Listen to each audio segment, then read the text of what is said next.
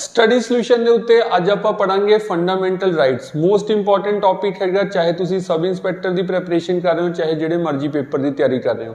तो 12 तो लैके 35 तक उन्ने आपां करांगे फंडामेंटल राइट्स जिन्ने रिक्वायर्ड ने। 1 बाय 1 स्टार्ट करांगे। थोड़ा जिहा पहला समझ लैंदे फंडामेंटल राइट्स हुंदे की हैं। फंडामेंटल मतलब बेसिक, असेंशियल, नसैसरी। तो उस तरह के राइट्स ਜਿਹੜੇ कि सरकार ਨੂੰ देने ही पैणगे, हर सिटीजनस ਨੂੰ मिलते ही हैं for the development of the country. तो फंडामेंटल राइट्स ਦੇ ਵਿੱਚ ਆਪਾਂ बेसिक फीचर पढ़ते हैं, बेसिक करैक्टरिस्टिक पढ़ते हैं, ਇਹਦੀ मेन एक विशेषता पढ़ते हैं कि फंडामेंटल राइट्स आर जस्टिसेबल। ਹੁਣ ਇਹਦਾ इन नटशेल की मतलब ਹੁੰਦਾ कि जे कह लो ਤੁਹਾਨੂੰ नहीं मिल रहे या सरकार ਤੁਹਾਨੂੰ नहीं प्रोवाइड कर रही या नहीं कर पा रही, तो सिटीजनस ਜਿਹੜੇ ਹੈਗੇ ਨੇ ਉਹਨਾਂ ਦੇ अगेंस्ट केस कर सकते हैं। सो दे आर जस्टिसेबल। तो फंडामेंटल राइट्स आप स्टार्ट करते हैं जी 12 तो स्टार्ट करते हैं। 12 तो लैके 35 तक पढ़ांगे। ये चो 2-3 क्वेश्चंस बन ही जाते हैं। सब इंस्पैक्टर के तो काफ़ी क्वेश्चंस आने की उम्मीद हैगी है। तो 12वां जिहड़ा आर्टिकल हैगा वो स्टेट की डेफिनेशन दसदा है। 12वां आर्टिकल स्टेट की डेफिनेशन दसदा है। आप नाल ये भी देखांगे भी क्वेश्चन की बन सकता है। थोनू क्वेश्चन की आएगा ये चीज़ भी पता होनी चाहिए। थोनू मैं बहुत बार कहा जो भी पढ़ते हो उन्होंने खत्म उदों करो जो थोनू ये पता लग गया उस थोनू क्वेश्चन की आना है। जिहड़े पेपर की तुसी तैयारी कर रहे हो उस क्वेश्चन की बनेगा। तो 12वें आर्टिकल दे विच स्टेट की डेफिनेशन दसी हुई है। हुण जिहड़ा स्टेट हुंदा उहदे विच देखो आपां कहने राजस्थान, हरियाणा, पंजाब, नो डाउट ये भी स्टेट है, but constitution they which state का मतलब थोड़ा जिहा वास्ट है। उत्थे हर उस सिस्टम नूं स्टेट कहा जाता है जिथे डायरैक्टली या इनडायरैक्टली गौरमेंट की इंटरफेरेंस हो जाए। तो जे कुछ पर्टिकुलर टाइम वास्ते कोई भी सिस्टम दे विच गौरमेंट की इंटरफेरेंस हो रही है तो उन्होंने आपां स्टेट कहांगे। मतलब स्टेट का मतलब थोड़ा जिहा वाइड है। स्टेट वर्ड काफ़ी तरह यूज होंदा है कॉन्स्टिट्यूशन दे विच या पॉलिटी विच। हुण क्वेश्चन की आएगा, स्टेट टर्म किहड़े आर्टिकल दे विच डिफाइन है। 12वें आर्टिकल दे विच कादे बारे दस्सिया होया। स्टेट की डेफिनेशन दसो, ये आने की उम्मीद ना दे बराबर है। तो दो तरह नाल क्वेश्चन बनता है। एक तो 12वें आर्टिकल दे विच की है, 12वां आर्टिकल डील्स विद, या आएगा स्टेट की डेफिनेशन किहड़े आर्टिकल च है तो वह 12वें आर्टिकल च है। इस तो बाद पढ़ते हैं जी आपां 13वां आर्टिकल। तो फंडामेंटल राइट्स चल रहे हैं। हुण इहदे विच जिहड़ा हैगा इनडायरैक्टली जुडिशियल रिव्यू बारे गल हो रही है। की चीज़ है भी आप समझ लें। कहना कोई भी जिहड़ा लॉ हैगा जे वो फंडामेंटल राइट्स दे अगेंस्ट हुंदा है, विच इज़ इनकनसिस्टेंट, इन डेरोगेशन, तो इस तरह दी टर्म्स यूज कीतियां हुई ने आर्टिकल दे विच भी जिहड़ा फंडामेंटल राइट्स दे अगेंस्ट हैगा उन्होंने नल एंड वॉइड कर सकते हैं, उन्होंने रिपील कर सकते हैं, उन्होंने क्वैश कर सकते हैं, उन्होंने खत्म किया जा सकता है। तो सुप्रीम कोर्ट को जिहड़ी हैगी है या हाई कोर्ट को पावर हुंदी है कि वो चैक एंड बैलेंस का काम करती है कि जिहड़े लॉ बनाए जा रहे हैं किते वो फंडामेंटल राइट्स के अगेंस्ट तो नहीं है, पब्लिक लॉ एंड ऑर्डर तो खत्म कर देंगे। जो उन्होंने ये लगता है तो वो रिपील कर सकते हैं, खत्म कर सकते हैं। तो जिहड़ी सुप्रीम कोर्ट ते हाई कोर्ट एक एक्सैप्शन हैगी है तो पता होनी चाहिए है। तो ये सुप्रीम कोर्ट ते हाई कोर्ट नूं पावर्स मिलियां हुई ने। इस पावर्स नूं कहा जाता है जुडिशियल रिव्यू। तो जुडिशियल रिव्यू वाली जिहड़ी पावर है वो किस किस नूं मिली हुई है ये भी पता होना चाहिए। बाकी 13th आर्टिकल दे विच आपां इहदे बारे गल करते हैं। हुण हैगा जी अपना 14th आर्टिकल। तो 14 तो लैके 18 तक जिहड़े आर्टिकल्स ने वो राइट टू इक्वैलिटी नाल डील करते हैं। तो तुहानूं ये चीज़ भी पता होनी चाहिए है। कई बार डायरैक्ट इस तरह ही क्वेश्चन आ जाता है भी राइट टू इक्वैलिटी नाल किहड़े-किहड़े आर्टिकल्स डील करते हैं। तो 14 तो लैके 18 तक। हुण इहनूं आपां 1 बाय 1 पढ़ते हैं। सब तो पहला हैगा जी आर्टिकल 14।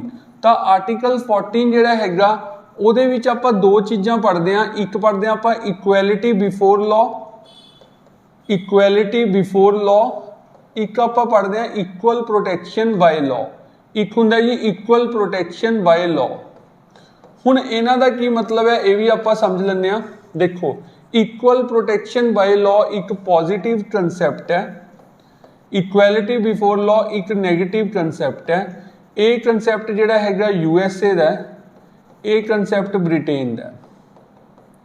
हुण इहदा की मतलब है, पहला आपां ये समझते हैं इक्वैलिटी बिफोर लॉ। ये एक हार्ड एंड फास्ट रूल है।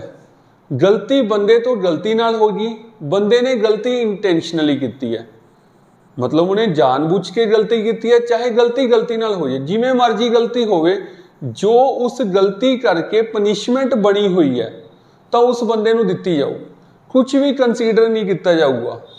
यह हैगा हार्ड एंड फास्ट रूल। तो यह हैगा इक्वैलिटी बिफोर लॉ, भी बस लॉ ही लॉ है, जो हैगा वो लॉ है, जो बनया होया वो होएगा। इक्वल प्रोटैक्शन बाय लॉ दे विच यह चीज़ां कंसीडर कीतियां जाणगियां भी बच्चे तो गलती नाल गलती तो नहीं होगी, भी वो तो ये चाहता ही नहीं सी, पर उहदे नाल गलती हो गई, तो वो चीज़ां वो कंसीडरेशनस कीतियां जांदियां ने, उहनूं कहंदे इक्वल प्रोटैक्शन बाय लॉ। हुण इंडिया दे विच की हैगा, जज डिसाइड करदा है कि किहड़ा आपां कंसैप्ट फॉलो करिए, मतलब India they which combination of both है। तो इंडिया एक जिहड़ा हैगा बहुत वधिया उन्होंने चीज़ अडॉप्ट की हुई है। क्वेश्चन आऊगा इक्वैलिटी बिफोर लॉ बारे किहड़े आर्टिकल च है, 14th आर्टिकल दे विच की है, इक्वल प्रोटैक्शन ऑफ लॉ जिहड़ा हैगा, इक्वल प्रोटैक्शन बाय लॉ किहड़े आर्टिकल च है। तो क्वेश्चन इस तरह आऊगा। हुण इस तो बाद हैगा जी 15वां आर्टिकल। 15वें आर्टिकल दे विच याद रखियो मेन चीज़ां 5 ने, caste, sex, place of birth, race, religion. ठीक है जी, race, religion, caste, sex, place of birth. तो पर्टिकुलरली ये 5 चीज़ों के बेस के उत्ते किसी नाल कोई भेदभाव नहीं किया जाऊगा। Prohibition of discrimination on the basis of this. तो थोनू आ सकता भी किहड़ी गल हो रही है 5 चीज़ों की, किहदी नहीं हो रही है, इन्हां चों क्वेश्चन किसी भी तरह आ सकता है। तो इंपॉर्टेंट हैगा 15वां। उस तो बाद गल करते हैं आपां 16वें की। 16वें दे विच हैगा equality of opportunity in employment. तो इंप्लॉयमेंट दे विच जिहड़ी हैगी है वो इक्वैलिटी हैगी है, वो आपां चीज़ देखते ही हाँ। तो अपॉर्चुनिटी इन इंप्लॉयमेंट तो हैगी हुई है जी, equality of opportunity in employment. तो ये अगेंस्ट नहीं जाना भी रिजर्वेशन सिस्टम हैगा, कोटा सिस्टम हैगा, भी तुसी तो कह रहे हो भी इक्वैलिटी हैगी है, तो एक पासे जिहड़ा हैगा इंप्लॉयमेंट दे विच वो चीज़ हैगी है, तो वो स्पैशल ट्रीटमेंट है, डिस्क्रिमिनेशन नहीं है। उस तो बाद ये तो बाद हैगा जी 17th। तो 17वां जिहड़ा हैगा, 17वें दे विच आपां पढ़दे हां 17वां इज पहला फंडामेंटल राइट या पहला इस तरह जिस दे विच कोई भी एक्सैप्शन नहीं है। वो की है जी अनटचेबिलिटी, एबॉलिशमेंट ऑफ अनटचेबिलिटी। ਇਹਦੇ ਵਿੱਚ कोई भी ਜਿਹੜਾ ਹੈਗਾ एक्सैप्शन नहीं है। ਆਪਾਂ ਅੱਗੇ ਦੇਖਾਂਗੇ ਕਾਫੀ ਆਰਟੀਕਲਸ ਦੇ ਵਿੱਚ ਕਾਫੀ ਐਕਸੈਪਸ਼ਨਸ ਹੈਗੀਆਂ ਨੇ। ਇਹਦਾ ਹੁਣ ਕੀ ਮਤਲਬ ਹੈਗਾ, ਐਬੋਲੀਸ਼ਨ ਆਫ ਅਨਟਚੇਬਿਲਿਟੀ ਦਾ ਮਤਲਬ ਕੀ ਹੁੰਦਾ ਹੈ ਵੀ ਕਿਸੇ ਵੀ ਕੇਸ ਦੇ ਵਿੱਚ, ਕਿਸੇ ਵੀ ਕੰਡੀਸ਼ਨ ਦੇ ਵਿੱਚ, ਕਿਸੇ ਵੀ ਬੰਦੇ ਨਾਲ ਕਿਸੇ ਵੀ ਲੋਕੇਸ਼ਨ ਤੇ ਅਨਟਚੇਬਿਲਿਟੀ ਨਹੀਂ ਹੋ ਸਕਦੀ। ਮਤਲਬ ਇਹ ਚੀਜ਼ ਆਪਾਂ ਹੁਣ ਜੜ ਤੋਂ ਖਤਮ ਕਰ ਚੁੱਕੇ ਹਾਂ। ਐਬੋਲੀਸ਼ਨ ਆਫ ਅਨਟਚੇਬਿਲਿਟੀ ਕਿਹੜੇ ਆਰਟੀਕਲ 'ਚ ਹੈ? 17ਵੇਂ 'ਚ। 17ਵੇਂ ਆਰਟੀਕਲ 'ਚ ਕੀ ਹੈ? ਅਨਟਚੇਬਿਲਿਟੀ ਬਾਰੇ ਗੱਲ ਹੁੰਦੀ ਹੈ। ਤਾਂ ਇਸ ਤਰ੍ਹਾਂ ਕੁਐਸਚਨ ਆਉਂਦਾ। ਹੁਣ ਆਪਾਂ ਗੱਲ ਕਰੀਏ 18ਵਾਂ ਆਰਟੀਕਲ। 18ਵੇਂ ਆਰਟੀਕਲ 'ਚ ਹੈਗਾ ਐਬੋਲੀਸ਼ਨ ਆਫ ਟਾਈਟਲਸ। ਇਹਦਾ ਕੀ मतलब है? टाइटल्स मतलब किंग क्वीन वाला सिस्टम जिहड़ा हैगा हुण खत्म हो चुकिया। हुण किसी नूं राजा महाराजे वाला जिहड़ा हैगा टाइटल नहीं दिता जा सकता, पर इहदे च एक्सैप्शन हैगी है। तो हुण एक्सैप्शनस आनियां स्टार्ट हो गईयां। इहदे विच की एक्सैप्शन है? हुण मान लो डॉक्टर तो लगेगा जे तुसीं डॉक्टरी कीती हुई है, पढ़ाई वो की हुई है। इंजीनियर तो लगेगा, कर्नल, लैफ्टिनेंट, तो उस तरह के टाइटल्स तो लगते हैं। वो एक्सैप्शनस ने, वो पॉसीबल ने, वो अलाउड ने। तो 14 तो लेके 18 तक हो गया अपना राइट टू इक्वैलिटी। हुण 19, 20, 21, 22 तो ये डील किस चीज़ नाल करते हैं? तुहानूं इहदा सबजैक्ट पता होना चाहिए। कई बार डायरैक्ट यही क्वेश्चन आ जाता है। तो 19 तो 22 तक जिहड़ा हैगा आपां पढ़दे हैं राइट टू फ्रीडम्स। हुण इहदे विच की हैगा, सब तो पहलां आपां पढ़ांगे 19वां। 19वें दे विच जिहड़ा हैगा राइट टू फ्रीडम दे विच जिहड़ा हैगा की पढ़दे हैं आपां? Freedom of speech and expression. तो इस दे विच जिहड़ा हैगा तुसीं नोट्स नाल कंसीडर जरूर करियो। तुहानूं मैं जिहड़ा हैगा मेन चीज़ां दस रहा। तो उस तो बाद जो तुसीं बेसिक नोट्स देखोगे, शॉर्टेस्ट नोट्स देखोगे, तुहानूं अपने पूरा वधिया समझ आ जाऊगा, हमेशा लिए याद हो जाऊगा। तो freedom of speech and expression. Freedom of speech and expression का की मतलब हुंदा है भी तुहानूं बोलण दा पूरा अधिकार है, जो मर्जी बोलो। पर इहदा मतलब ये नहीं भी जो मर्जी बोली जा रहे हो। ऑब्वियसली एथिकल तो रहोगे, ये नहीं कुछ इस तरह बोलोगे भी पब्लिक लॉ एंड ऑर्डर ही खत्म हो गया। तो वो चीज़ का तुसीं ध्यान रखोगे। ਹੁਣ ਇਸ ਵਿੱਚ ਆਪਾਂ ਇੱਕ ਪੜ੍ਹਦੇ ਹਾਂ ਕਿ ਪਾਰਲੀਮੈਂਟ ਪ੍ਰਿਵਿਲੇजेस ਹੁੰਦੇ ਨੇ, ਪਾਰਲੀਮੈਂਟ ਨੂੰ ਜਿਹੜਾ ਹੈਗਾ ਖਾਸ ਬੈਨੀਫਿਟਸ ਦਿੱਤੇ ਹੋਏ ਨੇ, ਜਿਸ ਕਰਕੇ ਆਪਾਂ ਦੇਖਦੇ ਹਾਂ ਪਾਰਲੀਮੈਂਟ ਮਤਲਬ ਲੋਕ ਸਭਾ, ਰਾਜ ਸਭਾ, ਪ੍ਰੈਜ਼ੀਡੈਂਟ, ਤਾਂ ਉਹਨਾਂ ਨੂੰ ਜਿਹੜਾ ਹੈਗਾ ਖਾਸ ਬੈਨੀਫਿਟਸ ਦਿੱਤੇ ਹੋਏ ਨੇ, ਮਤਲਬ ਉਹਨਾਂ ਤੇ ਪਾਬੰਦੀਆਂ ਘੱਟ ਨੇ, ਉਹਨਾਂ ਨੂੰ ਬੋਲਣ ਦਾ ਹੋਰ ਵੀ ਜ਼ਿਆਦਾ ਅਧਿਕਾਰ ਹੈਗਾ, ਤਾਂ ਹੀ ਉਹ ਇੰਨਾ ਕੁਝ ਬੋਲ ਜਾਂਦੇ ਆ। ਤਾਂ freedom of speech and expression, express ਤੁਸੀਂ ਆਪਣੇ ਵਿਊਜ਼ ਕਿਸੇ ਵੀ ਤਰ੍ਹਾਂ ਕਰ ਸਕਦੇ ਹੋ ਜੀ, पेंटिंग के थ्रू कर सकते हो, सोशल मीडिया के थ्रू कर सकते हो, बोल के कर सकते हो, सुना के कर सकते हो, जिमें मर्जी कर सकते हो, तो वो चीज़ अलाउड है। उमें जिहड़ा हैगा freedom of residence, freedom of expression and speech and expression हो गया जी पहला, फिर उस तो बाद हैगा freedom of residence. Freedom of residence दे विच की हुंदा, जिथे मर्जी रहो, आज़ादी है पूरी, पर जे तुसी नैशनल पार्क्स जा रहे हो, डिफेंस एरिया जा रहे हो, उत्थे तां जिहड़ी हैगी परमिशन लैनी हो पएगी, तो उत्थे तुसी ये नहीं कहोगे साडा फंडामेंटल राइट जिहड़ा हैगा वो वायलेट हो रहा, ठीक है जी। उस तो बाद हैगा फ्रीडम ऑफ एसोसीएशन, एसोसीएशनस तो तुसी सुनदे ही हो जी, जिहड़ियां यूनीवर्सिटीज़ च बनदियां ने, ग्रुप्स बनते ने तो वो अलाउड ने, यूनीयंस बनदियां ने तो वो अलाउड ने, कीती जा सकती है। तो इस तरह जिहड़ी आपां फ्रीडम्स पढ़ते हैं, freedom of speech and expression हो गया, फ्रीडम ऑफ रेजिडेंस हो गया, फ्रीडम ऑफ एसोसीएशन हो गया। उस तो बाद होंदा जी फ्रीडम ऑफ मूवमेंट, जिथे मर्जी घूमो जी, कोई इशू नहीं।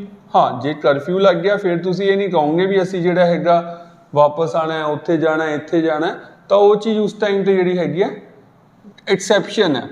तो फ्रीडम ऑफ मूवमेंट दे विच कुछ आपां ये भी पढ़ते हैं कि जे मान लो किसी एक लोकेशन तो दूजी लोकेशन ते जाना है, जिन्ना मर्जी डिस्टेंस होवे, तुसी एक्स तो वाई ते जा रहे हो, जिन्ना मर्जी डिस्टेंस है 100 किलोमीटर, 200, 300 किलोमीटर, तो पूरे रस्ते दे विच कोई टोल नहीं लाया जा सकता।